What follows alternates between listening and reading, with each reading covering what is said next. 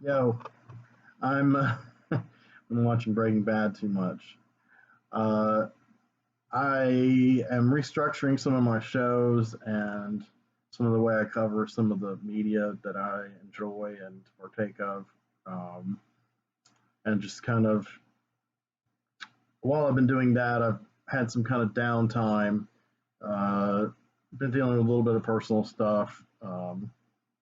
Kind of a mild withdrawal from the outside world for a week, and uh, now I'm kind of ready to do something creative or something useful, I guess, with my time, other than cleaning my house, and which I'm still really behind on, but I'm gradually making headway.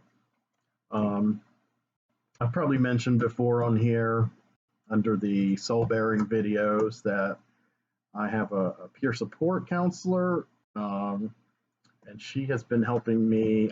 I've had that someone in that position for a few years, but my most recent one, she's been helping me run some errands and also getting me some food from the food pantry while I await a verdict on. Right, all of a sudden, while I await a verdict on if I'm going to get food stamps. I qualify. It's just a matter of how capricious the system's going to be and how long it's going to take for them to get on it. We'll see. I'm crossing my fingers. Um, I am doing slightly better money wise than I was a couple of weeks ago, but I'm also about to pay a large amount of bills, which is going to whittle away at most of it. So, like I said, March is going to be hard for me money wise. So, I haven't wavered from that belief, and I still have 9 more days. So, but April, I think, will be better. um, and um, my eBay sales have picked up ever so slightly. Someone finally bought my near complete set of Vision and Scarlet Witch comic book miniseries from the 80s, the two miniseries they did, which I've talked about exhaustively on the WandaVision videos. Um, So somebody finally purchased that set for a pretty good amount of money, the biggest sale I've had in a while. Not astronomical, but definitely enough to help me pay some bills. And I've had a few minor sales since then. Uh, Sold my Blu-ray copy of Emmanuel in America, which I wanted to keep. I pre-ordered it from Mondo Macabro, and I got the early edition, which is in the red box. That's how they do them. They do the red boxes and they go to the black boxes, I guess. And um, my friend Heather Drain did the liner notes and did a great job. But, it was just something that I saw was uh, inflating in price because it was the rare edition. And my interest in it was kind of conversely was deflating. Um, I do have Emmanuel and the Last Cannibals. I adore that one. I don't plan on parting with it. And I have some other Laura Gimster stuff with Joe D'Amato. Um, but I don't really have a Emmanuel proper, collection. I wouldn't mind getting Emmanuel Around the World if that ever comes out in a definitive Blu-ray. I'm sure someone's already working on it even as we speak, or maybe it's already flown under my radar. But anyway, Manual in America is kind of more of a curiosity piece to me than a film. I'd been hearing about it for many, many years, of course, in these great books called Killing for Culture and Meat is Murder. I think more in Killing for Culture, but these are two books by Karekis and Slater. They were published by Creation Books. Creation did a whole incredible series of film books in the 90s. I had about two-thirds of their output. I lost half my library of books that I had as of 2015 in my 2015 move to here, unfortunately. Just a lot of unforeseen circumstances and misunderstandings with people cleaning out my house. So I have beefed up parts of my library back up since then, but there's some stuff I've just never replaced and may never replace. I still have Killing for Culture and Meet Is Murder. They were like on my shelf next to my bed, so they were among the first books I packed when I started to move. I have read them to death. I probably need to get a replacement of Killing for Culture because I think some of the uh, one chunk of pages is starting to come loose from the binding in the middle. That's how intensely I've poured over these. Killing for Culture is, I think it's subtitled A History of Death Film from Mondo to Snuff, and that kind of sums it up. Something I'm really fascinated with, have been fascinated with, am fascinated with. Um, and in this book, they talk quite a bit about Emmanuel in America and the faux snuff footage that Yamato shot. Um, but I never could. Well, Anchor Bay put out a DVD of it, and I was going to get it, but it was just never high on my priority list when I was collecting like everything Blue Underground. I'm sorry, everything Anchor Bay and Blue Underground were putting out in the 2000s. William Lustig and Jay Douglas, either when they were with Anchor Bay or when they moved over and founded Blue Underground. I was trying to purchase as much as I could of their output. I never got deep into it. I did get a lot of the Anchor Bay materials, some of which I got early in the early days of DVD when I was reviewing movies for some magazines. I got some free early DVDs like the Argento Collection, which I've since sold all of those, and they went for a pretty good amount. I haven't replaced. I don't think I've replaced any of them on Blu-ray except for Demons, which he produced it, so it was under their Argento Collection. But it was Lamberto Bava. Maybe Lamberto Bava's most fun film, but I do have that on Blu-ray. That's a trip. So anyway, I didn't get their Blue Underground's Emmanuel in America, and didn't really think a whole lot of it. But of all places, I was searching on. Here goes half my subscribers. I was searching on Pornhub, and I'd heard they had quite a bit of. Was it Pornhub or X Hamster? It was one of the two big ones. I think it's Pornhub. It was one of them. I don't know. But they had a huge vintage section, and I like the classic kind of golden age of porn titles. One of my favorite films of all time is Devil and Miss Jones. There were a lot of really creative, sexually explicit films in the set made in the 70s and early 80s, and some in the late 60s. And so anyway, their vintage section is always interested me. Some of the stuff is very arousing because I like that kind of era, that look, but a lot of it's just interesting. And a lot of them were feature-length films from that period that I'd never seen. Like I saw Behind the Green Door for the first time that way. It sucked because I couldn't log all these on my Letterboxd website where I keep a diary of all the films that I watch because they'll permit, like, it's not a matter of sexually graphic or even X-rated. It's like triple X-rated. They won't list and things that that's pretty much it. Triple X-rated things they will not list. They've gone back and forth though, because you can kind of add things to their database. And so from time to time, these titles will pop up. I'll see, Behind the Green Door and Devil and Miss Jones are on there, so I'll add them to my watch list, and then they'll disappear. They'll yank them again. So they're currently yanked. But anyway, I saw a few titles that I'd been curious about that I had never seen before on that channel and that site. And one was Emmanuel in America. I think I saw another Emmanuel one too, but I don't. It might have been Emmanuel Around the World I saw part of. But Emmanuel in America, I watched the whole thing, and I thought it was overall kind of cheesy, the dubbing and everything, but it was fun. It was a breezy. It was an Black Emmanuel movie. The Black Emmanuel movies have a certain style to them, and I can't explicate on them like Heather Drain can. She's kind of the expert among people I call personal friends on this stuff. But I will say that I've seen a number of them, and there's a sameness to some of them, and yet some of them are really audacious and fun. Manuel in The Last Cannibals is great, but I love that the subgenre of the Italian cannibal film as politically incorrect and laced with cruelty, I guess you could say it was during that period. I have a real big soft spot for those films. A lot of the animal stuff does turn me off. Well, all of it turns me off, but some of it is very hard to watch.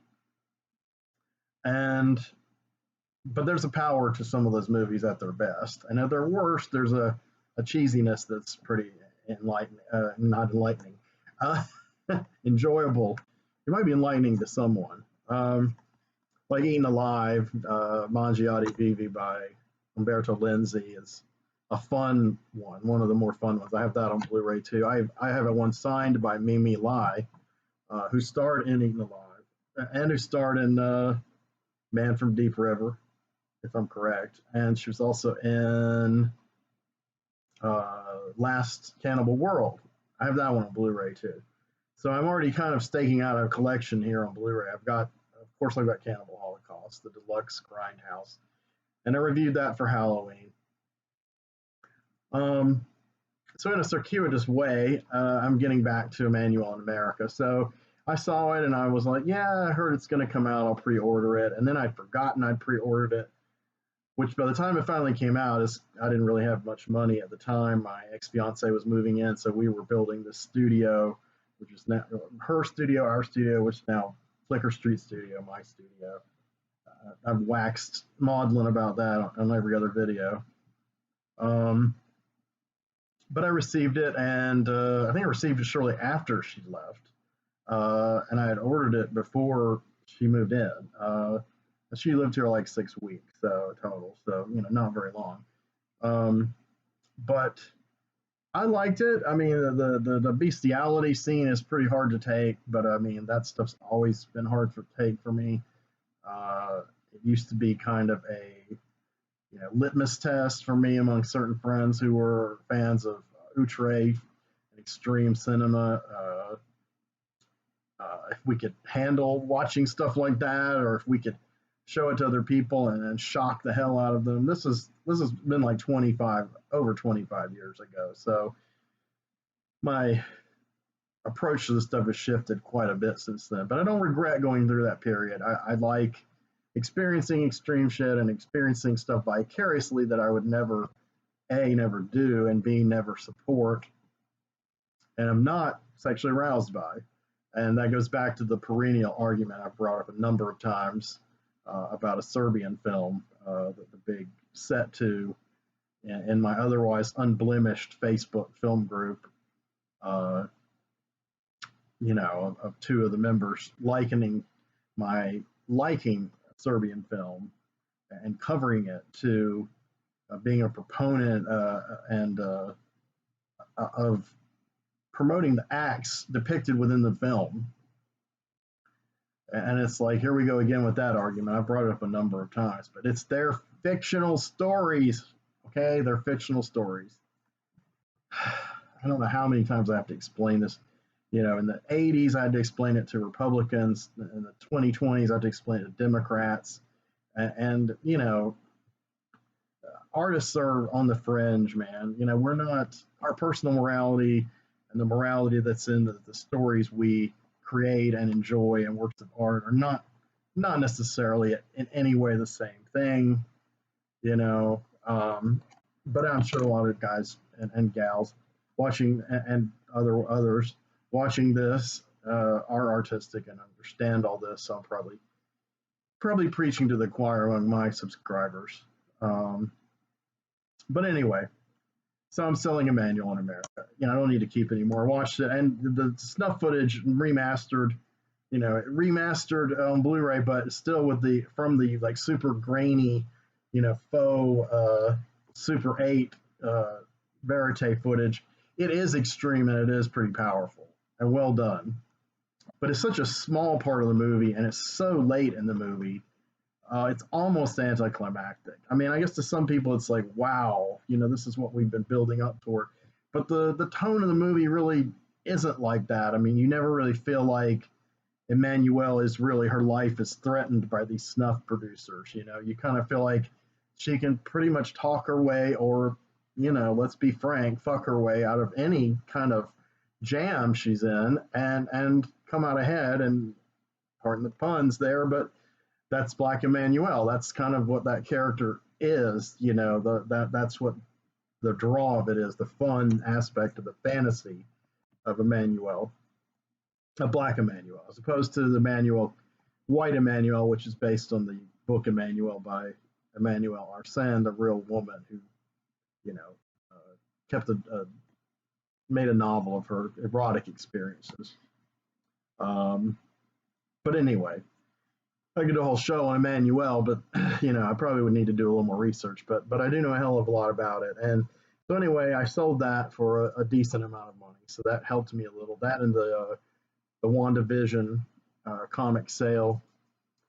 So my eBay's picking up a little. I'm hoping I'm gonna hope I'll remember to put the address in the notes here at the bottom, and I hope you guys will check it out and buy some things because I really need the money. And I know times are really fucked up right now with the economy. It's getting worse all the time in America, and um, the stimulus checks did go out, um, but the whole COVID relief bill, the whole scenario infuriates me, rubs me the wrong way, the way it was handled, and it continues to be handled. We, the people, especially like poor and working people, we're getting the shaft hardcore in the richest country in the history of the world, while every other country on planet Earth practically is giving their citizens a universal basic income and helping keep their businesses from closing. All through this pandemic, they've been doing that. And America just doesn't want to take care of its own. And here's where we get into the state of things, the depressing part of my uh, discourse. Did a political video. It was before the stimulus checks went out, but it was when all this stuff was kind of building, you know. And it was pretty scathing. I didn't post it, and I'm considering posting it. I need to kind of rewatch it and just. I can almost say the same thing now, probably better. I did have a plan for a video that kind of was my reaction to all the hubbub surrounding the COVID relief bill and the various attempts to force a vote on crucial subjects that will help people like me and millions others like me survive and not lose everything. And America, the American government, does not give a fuck about us. And that's a fact. I mean, I don't care what your political leanings are, but surely by now it's become obvious no matter what figurehead sits atop the capital heap, uh, we're not, we're not of concern to them. Their concern is the donor class and the military industrial complex, the oligarchy. And keep those, bloody wheels well oiled and greased. And we're kind of an afterthought. But there's so many of us. We're so much bigger than a lot of these other countries, most of these other countries. And yet, I don't know. It's like Americans love to suffer or love to see each other suffer. We don't feel like we deserve anything. We don't, we're no good, lazy, shiftless, gold brickers. If we just want health care and a job and a decent wage. I mean, what a horrible viewpoint. And it's been quite illuminating to see that viewpoint migrate over the last 40 years from the hardcore Reagan Republicans all the way through to the hardcore Biden Democrats. And they're really the same animal. They really are. Our government hasn't evolved. Our people are trying to evolve. Our culture is gradually moving leftward. It's slightly more socialistic, but those in power, they don't want to give it up. and they're going to fight to the death, control all of us, and make bank off our suffering.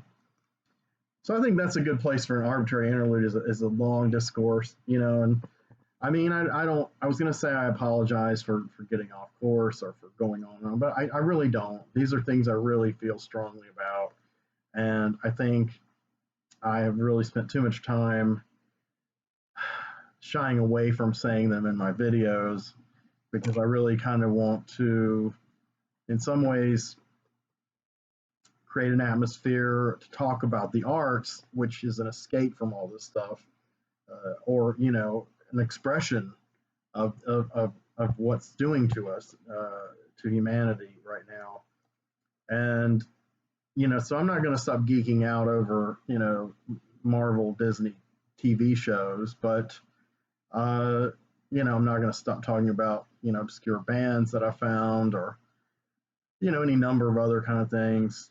Maybe not even my personal private woes, but my personal private woes are becoming more and more intertwined with the socioeconomic structures that we're trapped under. So it's hard to divorce the two, as far as getting out of depression, feeling motivated, feeling like your work is appreciated and that you're compensated fairly. So I'll go into all that on another long, lengthy video of its own. But let me get back to where I've been with other stuff, if you're still with me. My recent viewing has pretty much been limited to a Universal cult horror set with 5 DVDs, 5 different movies that I thought I'd seen them all over the years, but only one of them, The Mad Ghoul, I'd seen once before, and the others I had not seen. I just assumed I had. So The Creeper, or whatever the movie, House of Horrors with The Creeper, Rondo Hatton, in his debut. I had never actually seen that movie. I'd seen another one with Rondo Hatton, and of course he has an award named after him now. I finished the Godzilla set that my buddy Tim Tolbert gifted to me and to the channel. It was great. I had a lot of thoughts on it. Maybe I'll share sometime. So that'd be a heck of a lot of movies to review in one sitting. But I might share some thoughts on it sometime. For now, I'm going to leave the unboxing video as kind of my word on it for now. But let's just say I've learned a lot about Godzilla, about the phenomenon, the characters, the milieu, the people who made them, a lot. So that's exciting. I'd like to learn a lot about whole genres of cinema, subgenres of cinema. It makes being an autodidact, a rewarding way to be. Only other thing I've really been watching was Breaking Bad. Finished that, and I did a lengthy video, which I was really proud of, but the sound issues were horrible. So there's whole chunks of it that I don't think are very intelligible. So if you do watch it, put on the subtitles. I didn't want to redo it because it was long and because it was very spontaneous, and the things I said at the very end were kind of emotional and I thought were well wrought for the most part. And I didn't know how I could come up with something similar, having more distance from the show. I mean, I recorded that video like 2 hours after I finished the final episode of Breaking Bad. So that's finally found its place among my all-time favorite shows. I started watching this Zack Snyder's Justice League for free. That's an important distinction for me to make. I would not pay money to see a Zack Snyder film. I did pay money to see the Dawn of the Dead remake when it came out, and I still regret that. So yeah, I've seen all of his movies except for Sucker Punch, which I actually have a copy on the DVD laying around here that I inherited, and I still haven't watched. I'm selling it; it's for sale, but I still haven't watched it. And I'm thinking maybe I'll satisfy my morbid curiosity and finish the Snyder oeuvre. But man, it's rough going. It's a harsh oeuvre, I gotta say. He's not an auteur that I particularly have much respect for or affinity for. So I've gotten half hour through the Zack Snyder cut of Justice League out of a 4 hour film, and it's a hard slog. It's really ponderous. And when I say ponderous, I mean it's slow, but not in a cool way or an interesting way or a pacing that makes sense kind of way, not taking its time, a slow burn. It's slow in the sense that it's like Snyder wants you to stop and worship every shot, like fetishize every image that Snyder has shot and carefully digitally manipulated down to the nano uh, level. And I don't know, it's weird. It's like so much CGI, even on things that don't need it, so much manipulation digitally. And it's not interesting like the way David Lynch digitally manipulates lo-fi video or hi-fi video in the case of The Return, but lo-fi with Inland Empire. I get what he's doing. It's artistic. He's using the computer as a tool. Snyder is like in love with his own profundity, his own brilliance. And I'm really sad to see on the internet that you know, the hullabaloo around him was kind of dying out, especially in the wake of, Avengers, Endgame, and their last few movies, and the fact that it was obvious that DC could not do these movies well compared to Marvel, and it's not even a partisan thing. It's a partisan thing if you think of them as two studios, not two competing sets of superheroes, just two studios. It's like Warner and DC do not know how to make these kind of films, which is no shame because it was very hard for many years to make these kind of films, to do them well, to make them to have them taken seriously, and of course for the effects to be semi believable. But DC's got a long way to go. I mean, the Snyderverse it's a retrogression uh, from the Christopher Nolan Batman films, and even from the Richard Donner Superman films. As filmmaking, as storytelling, as adaptation, and even in the effects department, that they're really very retrogressive works. Maybe that's why they're so depressing. Because I mean, their worldview is depressing, and I know that's on purpose, and that's another reason for the laborious slowness and but I was a little disappointed. I'm in an A24 film group, and their main thing is, we're like all into A24, the distributor, and indie films and weird films, and they slagged Marvel movies, and I got why Marvel movies were slagged there. But then they liked WandaVision. That gained the group approval, at least at first, because of its weirdness. But man, all of a sudden, they went from Snyder as an outcast to like he's our hero, and they're like drooling. Dozens and dozens of these people, posting daily. I stopped getting notifications, and then but now I'm hearing from other friends they're still at it. It's getting worse. So since this Justice League thing dropped, um, obviously it's kind of cemented. Now that you have this mythical cut that everyone was worshiping and saying this is the movie's, but the movie's going to be great if you just see this cut. Because I hated Justice League, and a lot of people hated it though for different reasons. A lot of Snyder fans hated it because of the Whedon material, and I'm not a Whedon fan either, but he did a much better job on Age of Ultron by far than he did on Justice League. And you know, I don't know. I mean, now that the cut is here, it's like become the Magna Carta. That's not the right word. I don't know. The Holy Grail, it has arrived. The Holy Grail incarnate of superhero cinema, as serious, heavy, profound, beautifully shot, incredible effects, which really they're terrible digital effects. The CGI, everything kind of bleeds together. If it weren't for the lighting, which even the lighting is artificial, there wouldn't be a way to distinguish images one from the other. Uh, so weak. Um, and Wonder Woman 84 was still better. Though, okay, I haven't finished the Snyder Justice League. I'm only, what is it, I'm not even a quarter through it. I'm 1/8 through it.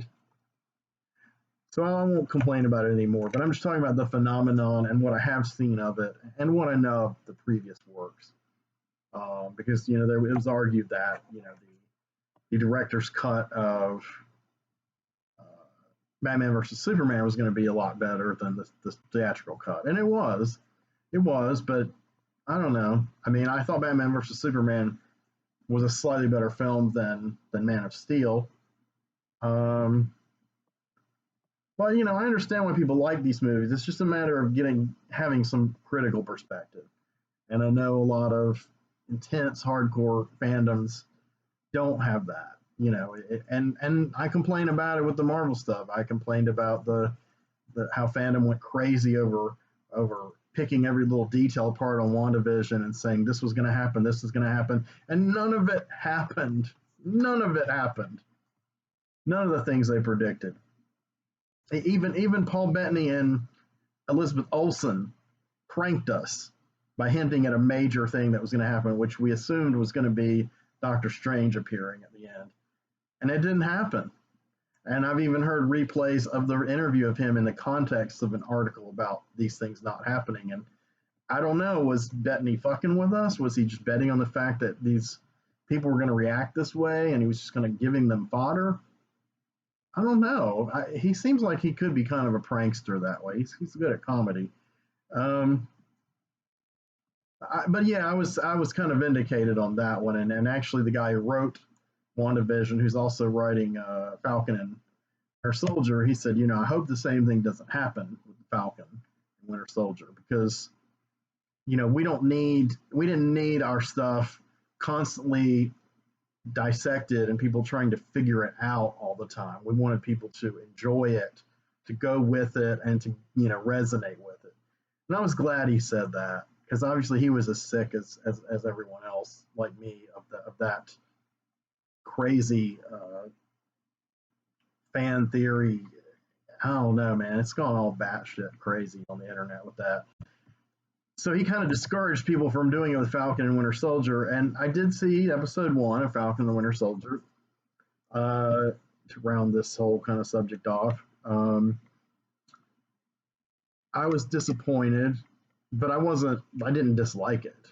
I was expecting to have a little more energy, a little more intrigue and tantalizing elements from the comics, from the Captain America mythos that have been promised to us in the previews. I will say it's an hour show instead of a half-hour show like WandaVision. WandaVision was deliberately done as a half-hour show because it was lampooning half-hour sitcoms for most of its run. So Falcon and Winter Soldier is more of an action show, a serious action drama, whatever. So like the Netflix Marvel shows, it's like an hour, 50 minutes, whatever. But I love Anthony Mackie as the Falcon, always have. I love that character. There were a lot of good beats in the movie, in the show. There was some good action in the beginning, and then it got really kind of slow. And this is not a bad slow. It's a slow, like unfolding character development. And I had no problem. It's only episode 1 out of however many they're going to do. I'm not going to quote it because I quoted WandaVision and they added another episode at the last minute, so I was off on that. But 8, 10, I don't know, 20. I don't know how many episodes of this will run, but we're only in the first hour. So if you look at it as one whole piece, like a little movie, like we did WandaVision, then yeah, it's just kind of the beginning. I don't think it's gonna be 18 hours like Twin Peaks: The Return or anything, but there's a lot of promise. And the last couple of scenes, a lot of stuff, Easter eggs and homages and direct references, adaptations, upcoming adaptations of elements from across the whole Captain America mythos over the years are going to be in this show big time. So I'm excited about that. I liked the ending of the first episode, and I like the promise it holds, and some of the characters that are going to be in it, how they're going to be portrayed. I'm positive about. Sebastian Stan is good. He's got a hard character to work with. He's not great, I don't think, but he is good. He's very solid. He was good in all the films. He's cut his hair, which was a little jarring. Probably not as much to me as to his legion of fans who were like, "Oh, Bucky with the fine hair," take off on Becky with the fine hair, whatever. Um, but his hair looked good. I mean, it made him a little different. But it's kind of short and boring. Uh, he's kind of an nondescript character in a lot of ways, and I think right now that's on purpose. His character is trying to be nondescript. He's trying to unhook himself from this world of being an assassin and a spy and all these, even a hero, much less a villain. Any of these, like he says in the show, he says, I'm 100 years old. I'm paraphrasing. He says, I'm 100 years old, and uh, you know, since World War II, I had a little peace in Wakanda, but other than that, I've been fighting one battle after another, one war, and it never stops. It's kind of like Wolverine in a way, that kind of jadedness of being, semi-immortal. Um, so, and of course, he went through spinning animation for long periods of time, and has the super soldier serum or some variant of it in his bloodstream. So uh, he was awake more times than Cap. So physically, he may have aged slightly more than Cap, though arguably the serum retards your aging anyway, because obviously we saw Steve at a chronological age of about 120, roughly, in the end of Endgame, and he looks like a 75, 80-year-old man at the most. Pretty good health for one, too. Um, I didn't like the Falcon, the prefab backstory. They did the same thing with Hawkeye. They threw out the background from the comics because I guess they felt it wasn't developed enough. There's not enough material, not stuff to hook onto. That's what I thought they did with Hawkeye in the comics. And so Whedon created this whole brand new background, making him essentially a different character. Falcon, other than him being the military, I didn't have a problem with that, but everything else was kind of vague, so it was kind of cool. But now they've kind of done it with the Falcon. They've got a whole made up family, and there aren't really too many analogs that I can see with the few members of his real family we've seen in the comics. Like, for instance, he has two nephews. I don't think either are named Jim Wilson, though, who was his nephew in the comics, who died of AIDS. Um, so I don't know. The whole thing. It just seems like they started doing it in the Netflix shows, and it kind of bothered me. And the last few Marvel works though have kind of done the opposite, have actually hewed closer to the comics. Uh, but now they're kind of doing the same thing where they're kind of creating a new backstory, which is kind of the one, to me, was one of the drawbacks of the old Marvel TV shows and pilots and TV movies that I grew up on. And there was never a Marvel theatrical movie because they could never get past the quality of these TV pilots and movies, which were generally dreadful and really did eschew almost all the comic book continuity for all the characters. The Incredible Hulk was good for what it was for a while until it became totally formulaic, but it did have some power to it. It did have some integrity, but it had very little to do with the comic book as far as the actual storyline. Smart guy hit by gamma rays turns green and strong. Okay, that's it. There was nothing else. There were no other elements used in the TV show. I think since the X-Men movie and other similar kind of adaptations, fans were waiting a long time for because of the special effects to catch up with technology to catch up with the special effects, like the Lord of the Rings films, the Harry Potter films, etc. I think a higher standard became expected of the people adapting these stories. The fans wanted things that resembled more the source material. And for the most part, Marvel has delivered pretty well. I mean, there have been quite a few snafus and missteps, especially in the Agents of Shield series. But they recently announced that the last what 4 or 5 seasons of that series take place in an alternate reality, so they're not part of the MCU anymore. Good riddance, as far as I'm concerned. I never liked that show, and I didn't like the fact that it took on this kind of weekly ABC uh, TV show way of piecemeal adapting elements from the comics, and with no real rhyme or reason, and not even really defining Shield in any way that the more it went on, the less Shield resembled Shield in the comic books. And I remember when Jim Steranko complained about that, and Clark Gregg said, Steranko, go make your own show. Well, Agents of Shield is over now. It has its fans. That's fine. They can watch the Blu-rays and etc. and watch on Netflix. I'm not going to be among them, and I don't. I never really thought that was a good adaptation. I think it was the weakest that they've done. The Inhumans, which apparently takes place in the same spin-off alternate universe because it was a spin-off of the later Agents of Shield. The Inhumans show had so much potential and had a few good things about it, but it was really boring. I mean, it followed the plot of the comics pretty closely, but that's it. It was kind of by rote. It didn't have any real passion or livelihood or dynamics to it. And it's hard to write those characters, I think. I mean, not everybody can do a great job like Paul Jenkins did in the Inhumans miniseries from about 20 some years ago, which is kind of the blueprint of that show.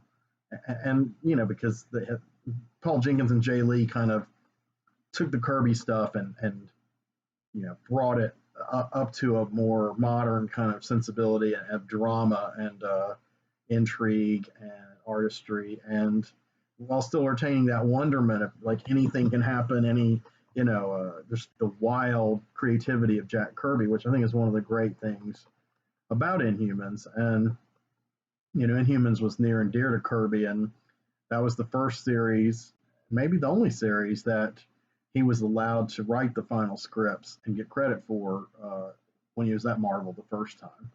I guess Stan Lee just said, okay, you're plotting it anyway. Just go ahead and write the dialogue. I'm not even going to touch it. And to be honest, I haven't read those stories. I've read a couple of the Neil Adams ones, same run. But I'd like to get them. But the prices started going up when the show came on. But since the show flopped, I don't know, they might have plummeted again. But I would like to get like a collection, an epic collection they do, like the whole Amazing Adventures and then 70s Inhumans series, which was pretty good too by Doug Mahnke. So I had hopes for the series, the Inhumans, but I didn't. I had hopes, but I had no expectations. So, and it didn't meet any, so it's fine. Lockjaw was okay. I mean, they had to do him somewhat right because Lockjaw is one of those Kirby visuals like Thor's hammer and Captain America's shield, Hela's costume, that are so iconic. You dare not fuck with them. And so, yeah, because Kirby was the man, the king and the man. Some people think Stan was the man. I think Kirby was the man and the king. That's just so. I'm looking forward to next Falcon and Winter Soldier. See what happens. I don't plan on covering it as its own show the way I have some of these other shows. I'll just talk about it occasionally in one of these kind of videos, these catch-all kind of videos. So, since I kind of wore out my welcome on the political stuff and the Marvel DC adaptation thing, which I tend to get, carried away with, I touched on some personal issues, but I kind of intertwined that with some of the bigger issues that are facing society, I guess, because they are impacting me, and not positively. But like I said, that can be for another show. But the last thing I'm going to talk about, I was going to talk about some YouTube channels that I follow, like I have in the past. I was actually going to talk about the political ones I follow, but I'm going to wait for another time to do that. I've overdosed you guys on my radical far leftism for today. But I will say the channels that I have recommended in the past, I'm still passionately following. If it's true crime, I follow that chapter, and if it's and Eleanor Neal, they're my two favorites. I'm religiously following every one of their videos as they come out. And for movies, I don't always catch them the day they post them, but I try to keep up as much as possible with Daiska Beppu, which, unless you are really intimate with Japanese pronunciations of names, it's going to end up being spelled much different than it sounds, and you're probably hearing it. But Daiska Beppu is incredible. He is an inspiration to me on my channel constantly. He's just a guy talking. He doesn't show clips from the movies. He does show off his swag and his collector's porn sometimes, but he's low tech like me. He's much more measured and concise and articulate than I am. But I have my moments. I'm a lot more off the cuff than him. The other channel, which I will recommend yet again, is The Girl Behind the Counter. My friend Bridget, she is doing a bang-up job of covering crazy movies and doing them with a lot of intellect and a lot of humor. And she's a beautiful woman. So, and she does visual aids. So it's good to look at in addition to hearing it. Whereas mine might be okay to hear a few things here and there, but I don't really have much visual going on. So go Bridget, go Daiska, go Eleanor, and Mike, who does that chapter. Those are my favorites. But anyway, I'll get on to other YouTube channels I watch regularly later. Another video. So the final thing I wanted to say, which really is the meat of this, was going to be, but I'm going to have to kind of crunch it because I'm running so far over.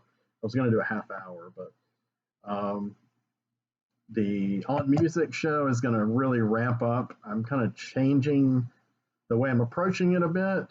Instead of just the kind of blind taste test, as I go along that I did a couple of times, or the, themed out things like I did endlessly with Black Sabbath, probably too much for most people's liking. Those videos did not go over very well.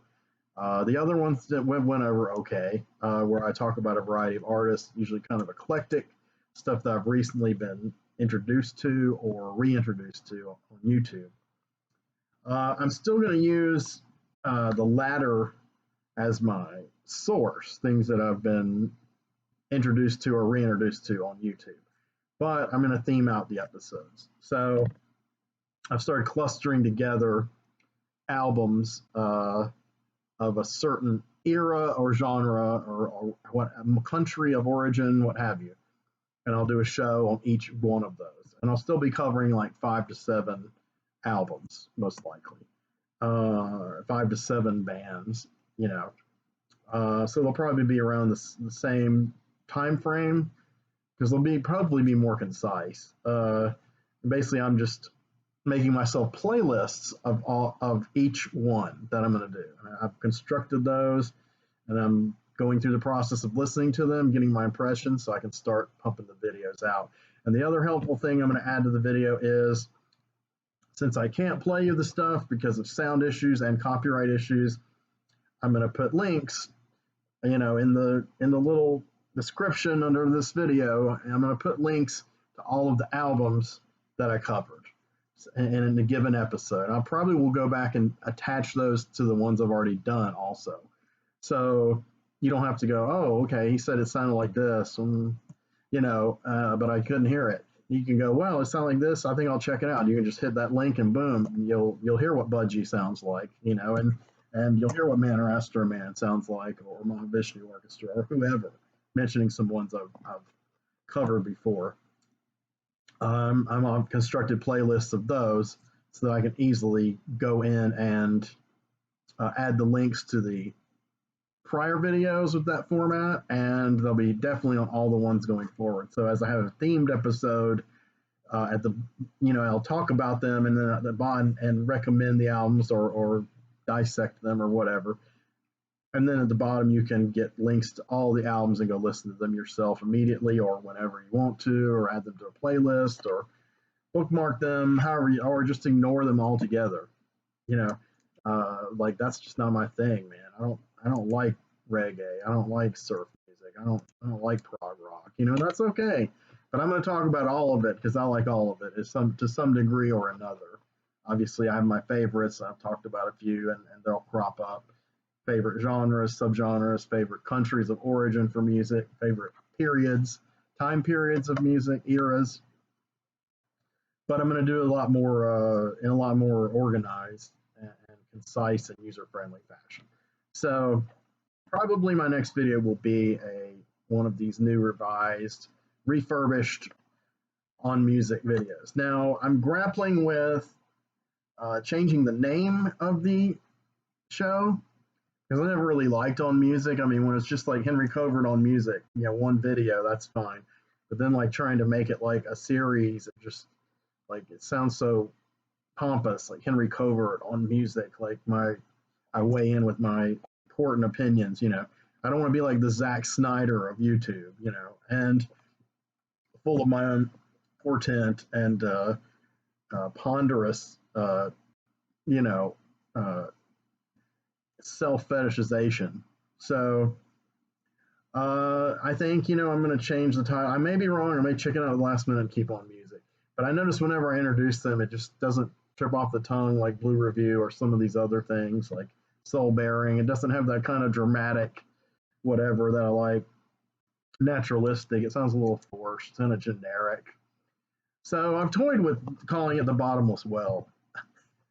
And the reason for that is because over the years, a lot of fellow music collectors and aficionados and fanatics have to me and I to them and us to each other remarked that, especially in the YouTube era, that the amount of older music that's really interesting and some of it damn good that's still out there, still being unearthed, excavated, and discovered and rediscovered is like a bottomless well. And that's true of film too. I mean, I could do a film bottomless well too. Maybe I'll call it the bottomless well of cinema and just talk about stuff that's not on Blu-ray or on TV.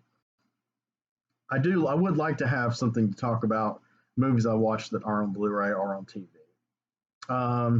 So it'd be like a third cinematic one. I'm not saying it's going to be called the bottomless well of cinema, but it's that same idea. Anything goes, whatever I'm watching. Maybe themed, maybe not. That's early in the thought process. I still have quite a bit of the current approach to Blue Review and TV musings going on for a while. I have some material planned out for at least a couple of months worth.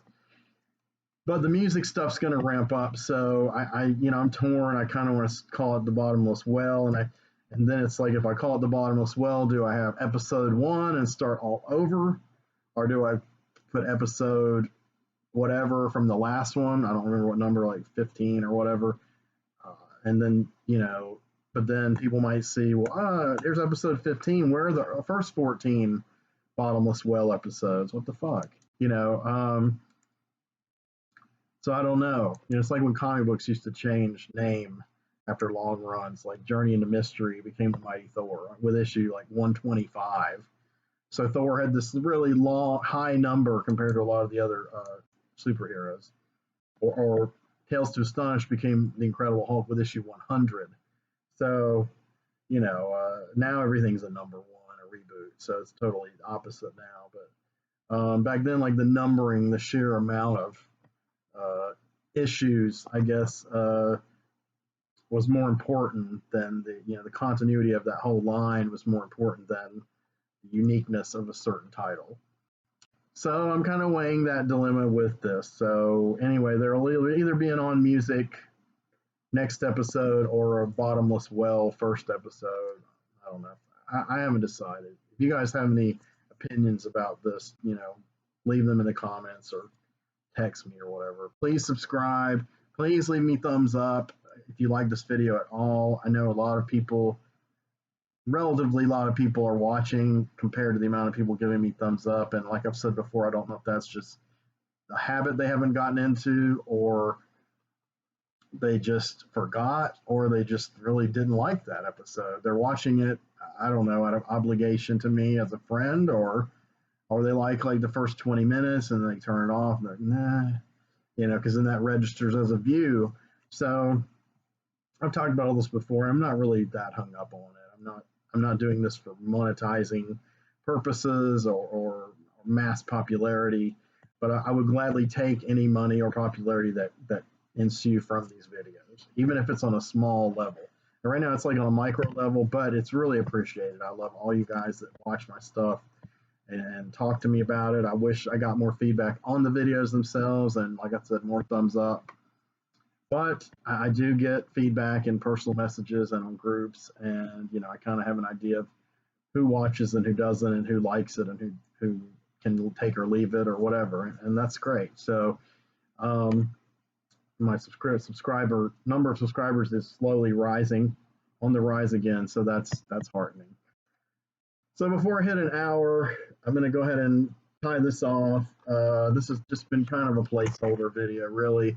Just here I am. Here's what's going on. Here's some things I'm thinking about, about movies and TV shows and politics and my own show and my own life and the world. Just the typical arbitrary interlude. And I'll be back with a more in-depth, targeted show of some kind or another next time. So anyway, take care. Thank you for listening, and I appreciate it.